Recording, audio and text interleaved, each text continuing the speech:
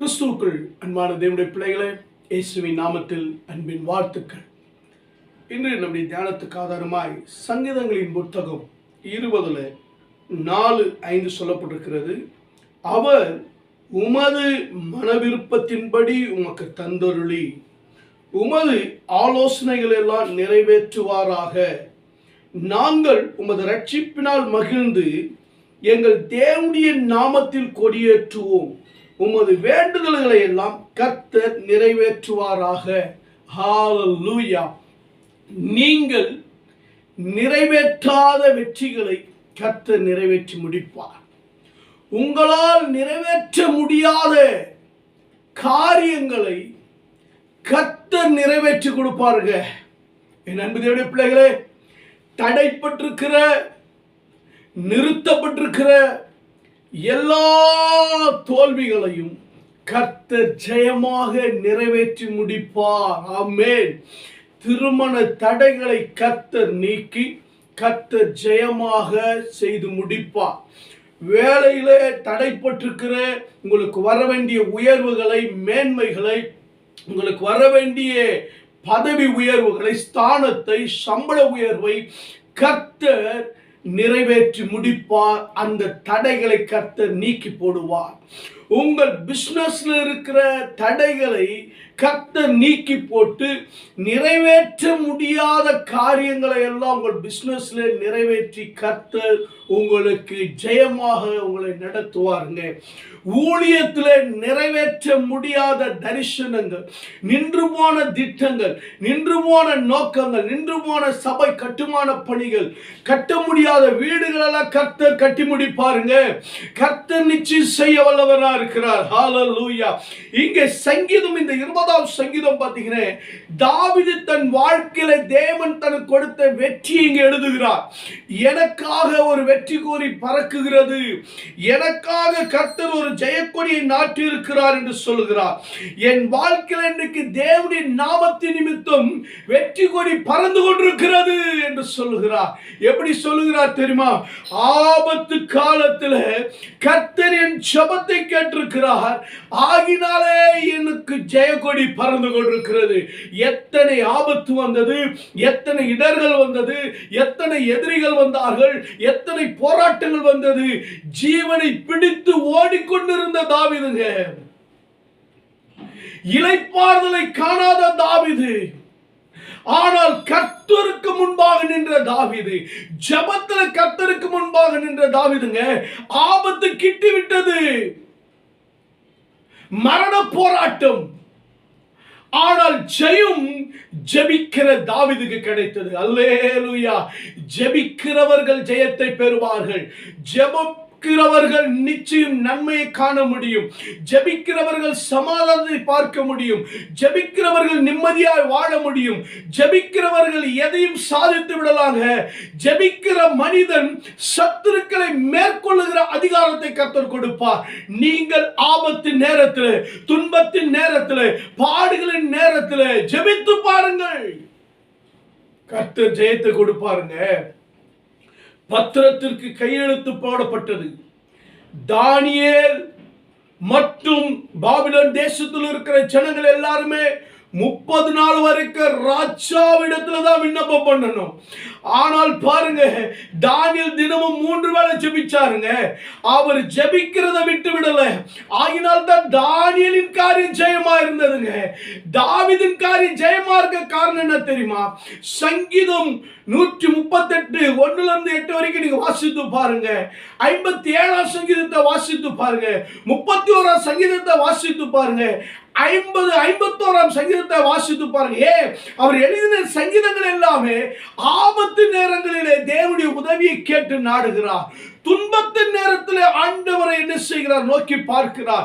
இடுக்கண் வந்துருச்சு, தோல்வி வருகிறது, மரண பயம் வந்து விட்டது, வலை விரித்து விட்டார்கள். ஆனால் தேவ சமூகத்தில் ஜெபத்தில் நின்ற தாவீதுங்க, ஜெபத்தில் நிற்கிற அன்பு தேவனுடைய பிள்ளைகளே, ஜெபித்துக் கொண்டிருக்கிற அன்பு தேவனுடைய பிள்ளைகளே, கண்ணீரை விதைத்துக் கொண்டிருக்கிறவர்களே, கர்த்தர் கர்த்தர் உன் ஜெபத்திற்கு ஜெயத்தை கொடுப்பார். இனி கர்த்தர் நீங்கள் நினைத்து பார்க்காத வெற்றியை கொடுப்பார். நீங்கள் நிறைவேற்றாத வெற்றியை கர்த்தர் நிறைவேற்றி முடிப்பாருங்க. நீங்க செய்து முடிக்க முடியாமல் நின்று போனவைகள் எல்லாம் கர்த்தர் இறங்கி உங்கள் ஜெபங்களுக்கு செய்து முடிப்பாருங்க. ஹalleluya. அது மாத்திரமல்ல, ஜெபிக்கிற மனிதன் உயர்ந்த அடைக்கலத்திலே வைக்கப்படுவார்கள். நீ ஜெபித்து பார், ஜெயமான உயர்ந்த அடைக்கலம் உனக்கு உண்டு, பாதுகாப்பு உங்களுக்கு உண்டுங்க. யாரும் உங்களை தொட முடியாது. ஏன்னா தேவனுடைய பிள்ளைகளுக்கு, தேவனுடைய தாசர்களுக்கு, பரிசுத்தவான்களுக்கு, தேவனுடைய சத்தியத்தை பிடித்து நடக்கிறவருக்கு பரிசுத்த பர்வதத்திலிருந்து ஒத்தாசை அனுப்பப்படும். அல்லேலூயா. சீயோனிலிருந்து ஆதரவு வரங்க. என் அன்பு தேவனுடைய பிள்ளை தாவீது சொல்லுகிறார், என் ஆபத்து நாட்களிலே பரிசுத்த ஸ்தலத்திலிருந்து, சீயோன் பர்வதத்திலிருந்து எனக்கு ஒத்தாசை வந்தது, எனக்கு ஆதரவு வந்தது. தேவன் எனக்கு உதவி செய்தார். அவருடைய ஆதரவு, அவருடைய சகாயம், அவருடைய கிருபை எனக்கு கிடைத்தது என்று தாவீது சொல்லுகிறார். ஜெயம், ஜெயம். ஹalleluya. கர்த்தர் உங்களை அப்படி செய்வாருங்க. உங்களுக்கு ஒத்தாசை அனுப்புவார். ஆபத்து கிட்டிட்டா, மரண பயத்தில் இருக்கீங்களா, வியாதியின் பிடியில் இருக்கிறீங்களா, பிசாசு உங்கள் நிம்மதி கெடுத்து கொண்டிருக்கிறானா, கர்த்தர் அனுப்புவாருங்க ஒத்தாசை. பரிசுத்த ஸ்தலத்திலிருந்து உங்களுக்கு ஒத்தாசை வரும். பரலோகத்திலிருந்து உங்களுக்கு உதவி செய்கிற ஆதரவின் கை வரங்க. தேவனுடைய ஆதரவு கோல் உங்களுக்கு வரும். அவர் ஆதரிக்கிறவருங்க, உங்களை ஆதரிக்கிறவருங்க. சகாயர் எப்பொழுதும் உங்களோடு கூட இருக்கிறார். இப்போ தாவீது சொல்லுகிறார் பாருங்க, நீ செலுத்த காணிக்கையில் எல்லாம் அவர் நினைத்து உமது சர்வாங்க தகன பலிகளை பிரியமாய் ஏற்றுக்கொள்வாராக. ஆபத்து நேரத்துல, ஒத்தாசை நேரத்துல கூட பாருங்க, தேவனை தேடி ஆலயத்துக்கு போய் காணிக்கைகளை செலுத்தி அவருக்கு பிரியமான ஆராதனை செய்கிறாரு. அல்லேலூயா. கர்த்தருக்கு பிரியமான ஆராதனை செய்யும் பொழுது, உங்கள் காணிக்கைகளை, பலிகளை நீங்கள் செலுத்தும் பொழுது கர்த்தர் பிரியமாய் ஏற்றுக்கொள்வாருங்க. கர்த்தர் பிரியமாய் ஏற்றுக்கொள்வார். கர்த்தர் பிரியமாய் ஏற்றுக்கொள்கிறார் பாருங்க.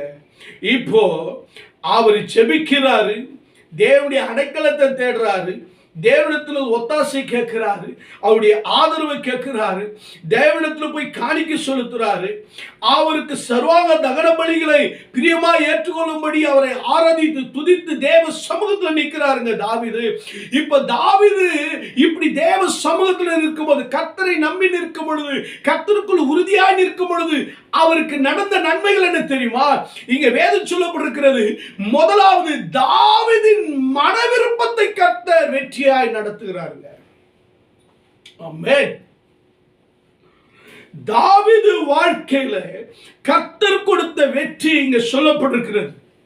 அவருடைய மனதின் காரியங்களை, மனதின் விருப்பங்களை கர்த்தர் ஜெயமா மாற்றி கொடுக்கிறாருங்க. தாவீதுடைய வாழ்க்கையில அவர் செய்கிறதெல்லாம் தேவன் நிறைவேற்றார். ஏன் தெரியுமா?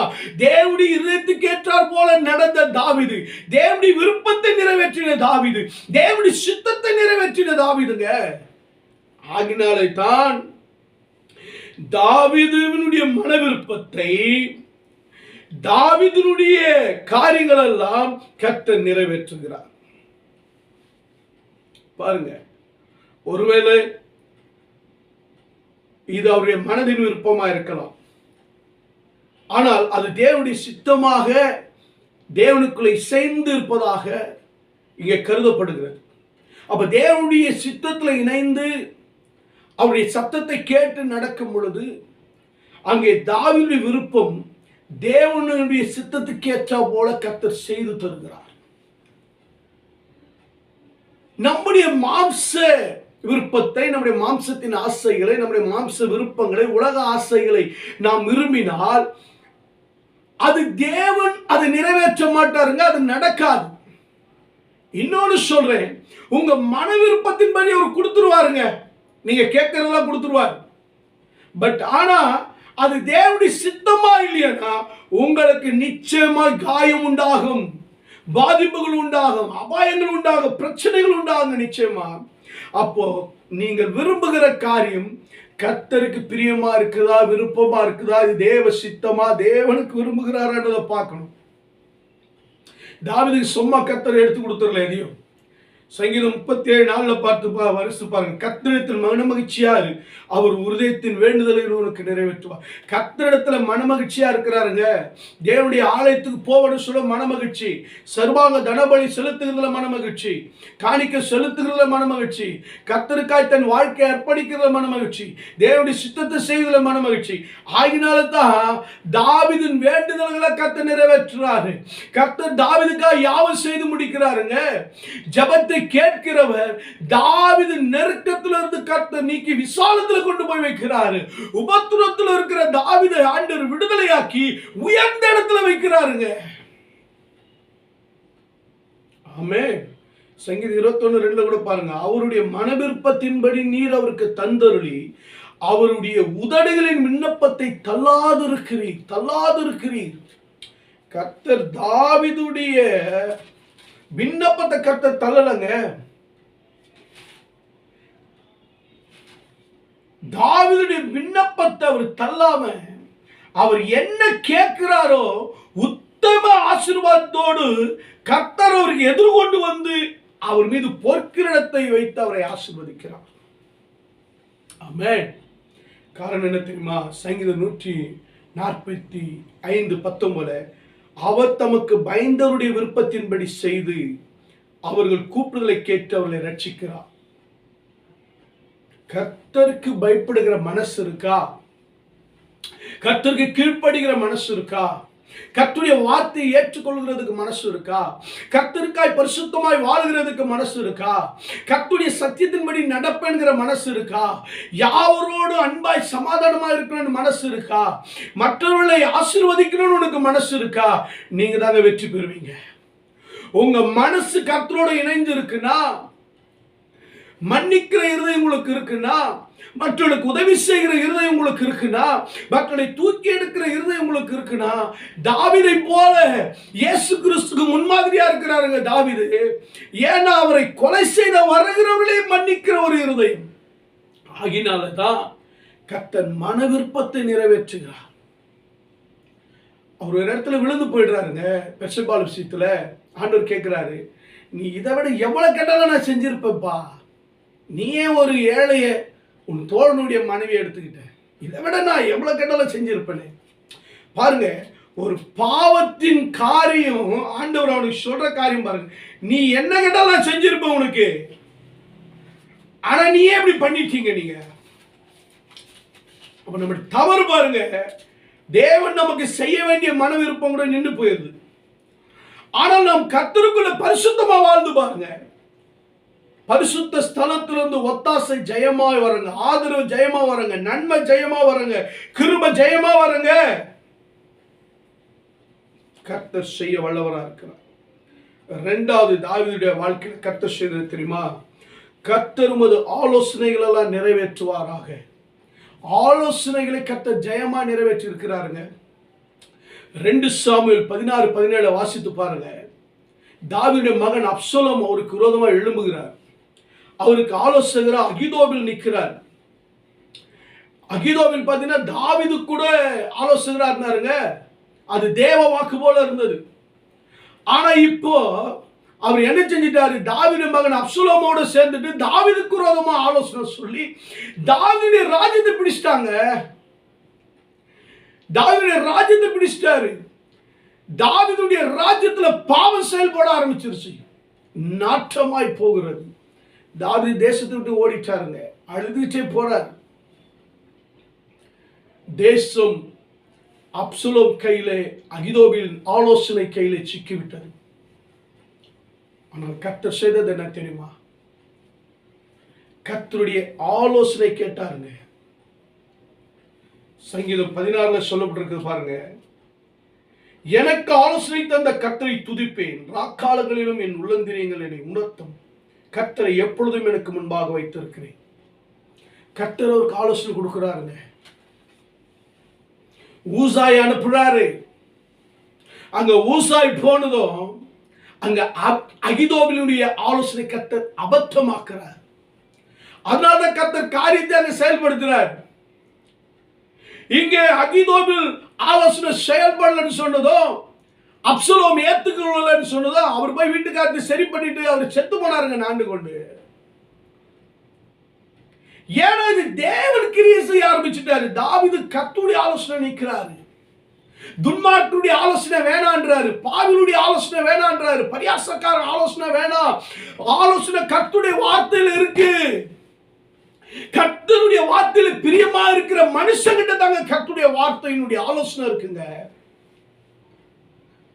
தேவனுடைய ஆலோசனை அவர் சொல்றார் பாருங்க, நான் உனக்கு போதித்து நீ நடக்க வேண்டிய வழி காட்டுவேன், உன்மேல் என் கண்ணை வைத்து உனக்கு ஆலோசனை சொல்லுவேன். சங்கீதம் 32:8. அவர் உனக்கு ஆலோசனை சொல்லணுங்க. கர்த்தருடைய ஆலோசனை இருந்தா தான் ஜெயிக்க முடியும். கர்த்தர் அனுப்பாத எங்கேயும் நீங்க செயல்படாதீங்க. கர்த்தர் சொல்லாத எதையும் செயல்படாதீங்க. இதுவரைக்கும் தேவனுடைய ஆலோசனை தட்டி கழிச்சிட்டீங்களா? தேவன் எவ்வளவு ஆலோசனை சொன்னாலும் நீங்க உங்க ஆலோசனை எடுத்துக்கிட்டு உங்க சுயநலத்தோடு உங்க இஷ்டத்துக்கு உங்க விருப்பத்துக்கு செயல்பட்டுட்டீங்களா? இனி அப்படி செய்யாதீங்க. இதுவரைக்கும் அப்படி செஞ்சிட்டீங்கன்னா இனி கர்த்தருடைய ஆலோசனை கேளுங்க. ஆமாங்க, ஆலோசனையின் ஆவியானவர், ஆலோசனையின் தேவன் இல்லையா? ஆலோசனை கர்த்தருங்க. ஒரு ஆலோசனையின் ஆவியானவர் நாம் போக வேண்டிய இடத்த ஆலோசனை கொடுப்பார். நம்ம ஜெபிக்க வேண்டியது ஆலோசனை கொடுப்பார். நம்ம எப்படி பிள்ளைகளுக்கு திருமணம் செய்யணும், எப்படி பிள்ளைகளை படிக்க வைக்கணும், எப்படி வேலையில முன்னேறணும், எப்படி பிசினஸ் நல்லபடி கொண்டு போகணும், எப்படி ஊழியத்தை கொண்டு போகணும், தேவனிடத்தில் ஆலோசனை இருக்குங்க. சங்கீதம் 139:17 சொல்றார் பாருங்க, தேவனே உமது ஆலோசனைகள் எனக்கு எத்தனை அருமையானவைகள், அவைகளின் தொகை எவ்வளவு அதிகம். எவ்வளவு அதிகங்க. எத்தனை அருமையான ஆலோசனை வருது. தேவனுடைய ஆலோசனை அருமையா இருக்குங்க, நேர்த்தியா இருக்கும், ஜெயமா இருக்கும். உங்களுக்கு எல்லாத்தையும் செய்து முடிக்குங்க. கர்த்தருடைய ஆலோசனை கேளுங்க. நீதிமொழிகள் 24:6 நல்ல யோசனை செய்து யுத்தம் பண்ணு, ஆலோசனைக்காரரால் அநேகர் இருந்தால் ஜெயம் கிடைக்கும். அப்போ ஜெயம் கிடைக்கணும்னா ஆலோசனை கர்த்தரிடத்துல கேட்கணும். 1 சாமுவேல்ல நீங்க 30ஆம் அதிகாரத்தை நீங்க வாசித்தீங்கன்னா அங்க பாத்தீங்கன்னா இவங்க தாவீது அவன் மனுஷர் 3ஆம் நாள் கில்காலுக்கு வந்து சேர்கிறதற்குள்ள அமலேக்கேர் தென்புறத்து சீமையின் மேல் சிக்லாக்கின் மேல் விழுந்து சிக்லாக்கை கொள்ளையடித்து அதை அக்கினியாய் சுட்டெரித்து போட்டுட்டு அதில் இருக்கிற எல்லா ஸ்திரீகள், சிறியவர்கள், பெரியவர்கள் சிறைபிடிச்சிட்டு போயிட்டாங்க. இப்ப தாவீதும் அவனோடு வந்தவர்களும் அவர்கள் பாருங்க, அவருடைய மனைவி பிள்ளைகள் வீடுகள்லாம் இல்லாதனால தாவீதும் அவனோடு இருந்த ஜனங்களும் அழுகிறதுக்கு தங்களின் பலன் இல்லாமல் போக மட்டும் சத்தமிட்டு அழுதாங்களாம். அவ்வளவு அழங்க, பலன் போக மட்டும் அழுதாங்க. யாருக்காக சம்பாதிச்சாங்களோ, யாருக்காக யுத்தம் பண்ணினாங்களோ அவங்களே இப்போ இல்லைங்க. எல்லா ஆன்மாக்களும் தனித்து நிற்கிறாங்க, குடும்பத்தை இழந்து. தாவீதும் தனித்து நிற்கிறார். இந்த சூழ்நிலையில தாவீது கர்த்தருடைய ஆலோசனை கேட்டார். இப்படி அழுது கொண்டிருக்கிற நேரத்தில் தன்னை திடப்படுத்தி கொண்டு பாருங்க, தாவீது மிகவும் நெருக்கப்பட்டான். சகல ஜனங்கள் தங்கள் குமாரத்திகள் நிமித்தம் மனக்கிளேசமானதால் அவனை கல்லெறிய வேண்டும் என்று சொல்லிக் கொண்டார்கள். தாவீது தன் தேவனாகி கர்த்தருக்குள் தன்னை திடப்படுத்தி கொண்டான். ஹல்லேலூயா. தாவீது கர்த்தரை நோக்கி, நான் அந்த தண்டை பின்தொடர வேண்டுமா, அதை பிடிப்பேனா என்று கேட்டான். அதற்கு அவர், அதை பின்தொடர், அதை நீ பிடித்து சகலத்தில் திருப்பிக் கொள்வாய். அல்லேலூயா, அல்லேலூயா. வேதம் சொல்லப்பட்டிருக்கிறது, அவர்கள் கொள்ளையடித்து கொண்டு போன எல்லாவற்றையும் சிறிதாகிலும் பெரிதாகிலும் குமாரர்களும் குமாரத்திலும் ஒன்றும் குறைப்படாமல் எல்லாவற்றையும் தாவீது திருப்பி கொண்டார். அல்லேலூயா. என் அன்பு தேவனுடைய கர்த்தருடைய ஆலோசனை கேட்டீங்கன்னா ஒன்றை இழக்க மாட்டோமே, ஒன்று இழக்க மாட்டோமே. நம்ம கர்த்தருடைய ஆலோசனை கேட்டால் நம்முடைய லைஃப்ல நல்ல ஒரு எதிர்காலம் அமையுங்க. பிள்ளைங்க படிப்பை குறித்து தேவனிடத்தில் ஆலோசனை கேளுங்க. திருமணத்தை குறித்து தேவனுடைய ஆலோசனை கேளுங்க. ஒரு பிசினஸ் துவங்குறீங்கன்னா தேவனிடத்தில் ஆலோசனை கேளுங்க. ஒரு வேலையை வேலைக்கு போறீங்கன்னா தேவனுடைய ஆலோசனை கேளுங்க. ஒரு ஊழியத்தை துவங்கினா தேவனுடைய ஆலோசனை கேளுங்க. எந்த ஒரு காரியம் செய்தாலும் தேவ சமூகத்தில் உட்கார்ந்து ஆலோசனை கேளுங்க.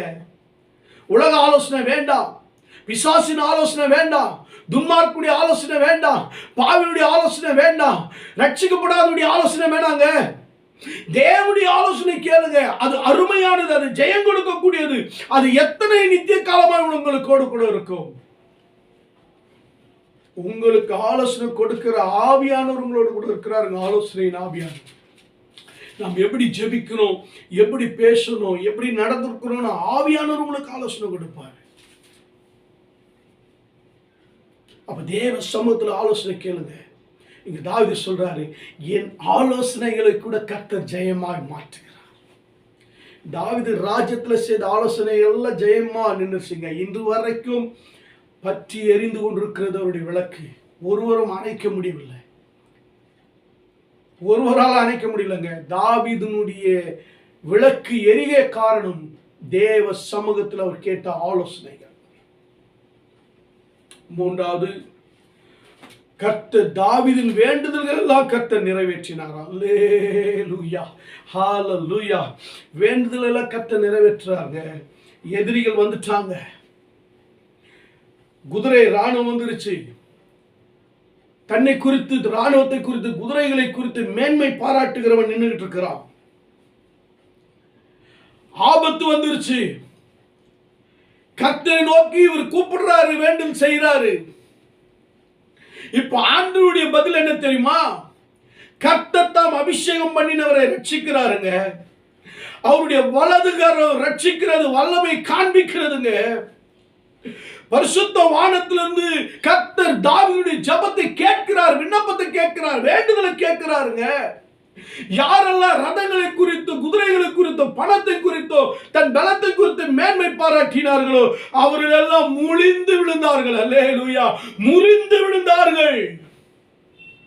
தாவீதுக்கு விரோதமாய் செயல்பட்ட ராஜாக்கள் முறிந்து விழுந்தார்கள், விரோதிகள் முறிந்து விழுந்தார்கள், விரோதமாய் எழும்பினவர்கள் முறிந்து விழுந்தார்கள்.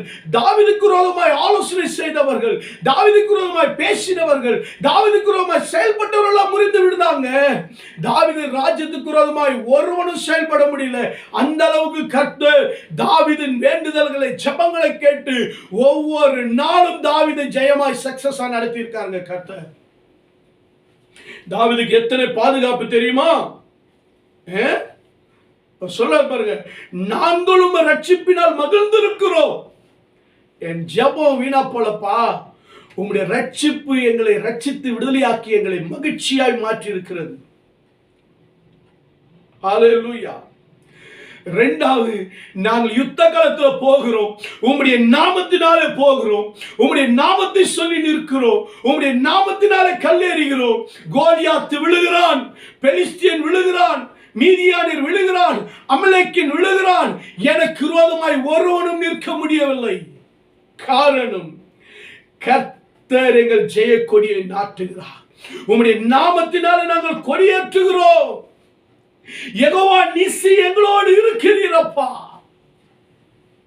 என் சத்தத்தை கேட்டுக்கொண்டிருக்கிறேன் நண்பர்களுடைய பிள்ளைகளே, கர்த்தர் நீ நிறைவேற்றாத ஜெயங்களை எல்லாம் கர்த்தர் நிறைவேற்ற போகிறார். நீ நிறைவேற்றி முடிக்க முடியாத கர்த்தர் நிறைவேற்றி முடிக்க போறாருங்க. உங்கள் ஜெபங்கள் வீணாய் போக போறதில்லை, உங்கள் வேண்டுதல் வீணாய் போக போகிறதில்லை.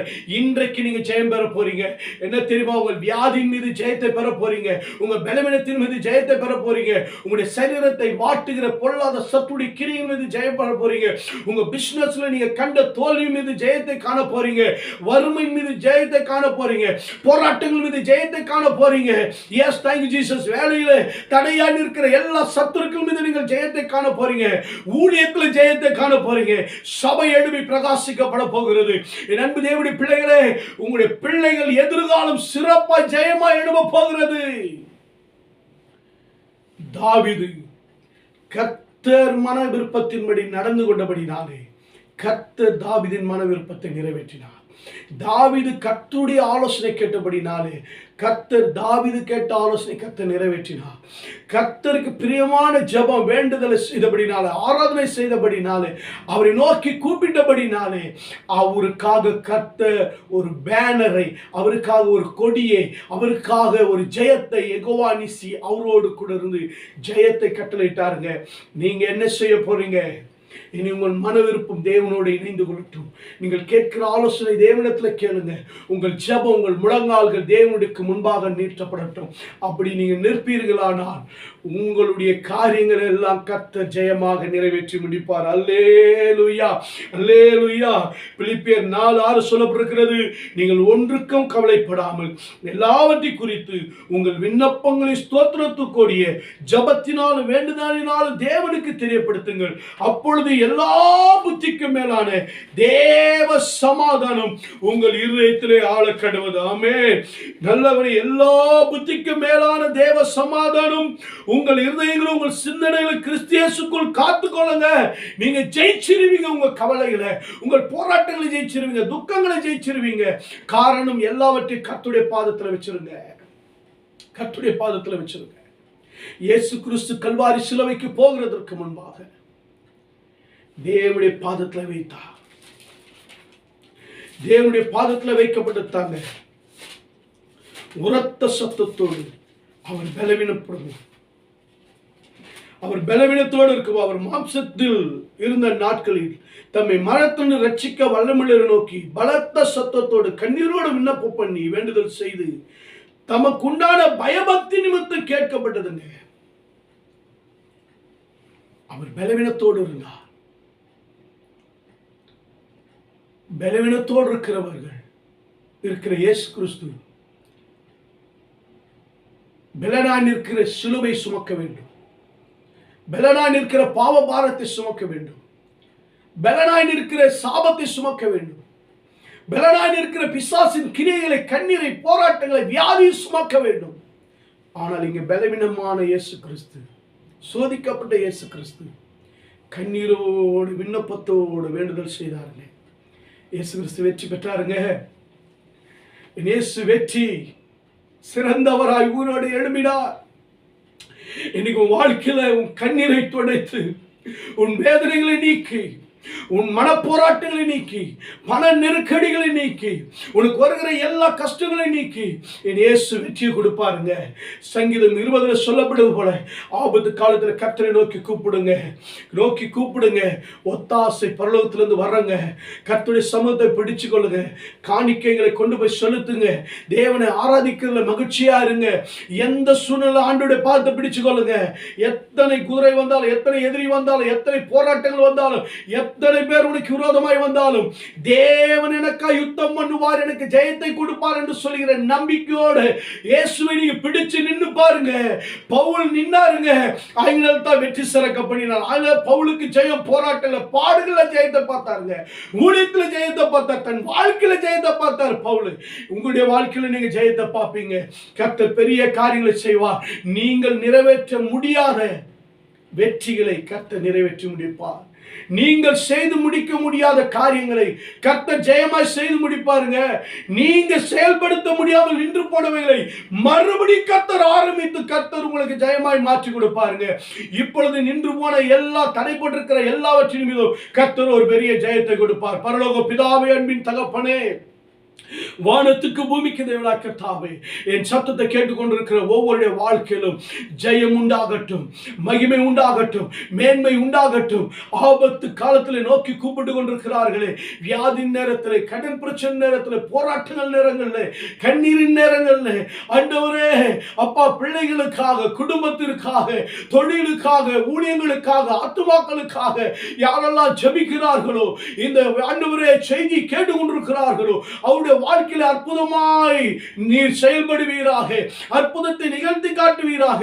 இதுவரைக்கும் அவர்கள் கண்ட தோல்விகள் ஜெயமாய் மாறட்டும். இதுவரைக்கும் நின்று போன காரியங்கள் எல்லாம் ஜெயமாய் மாறட்டும். நிறைவேறாத காரியங்கள், நிறைவேறாத வெற்றிகள் எல்லாவற்றையும் கர்த்தர் நிறைவேற்றுவீராக. கர்த்தர் அப்படி செய்து மகிமைப்படும் பெரிய காரியங்களை செய்யும். ஆசீர்வதியும். இயேசுவின் நாமத்தில் ஜெபத்தை கேட்ட எங்கள் ஜீவனுள்ள நல்ல பிதாவே, ஆமென், ஆமென், ஆமென். God bless you. கர்த்தர் உங்களை ஆசீர்வதிப்பார். ஆமென்.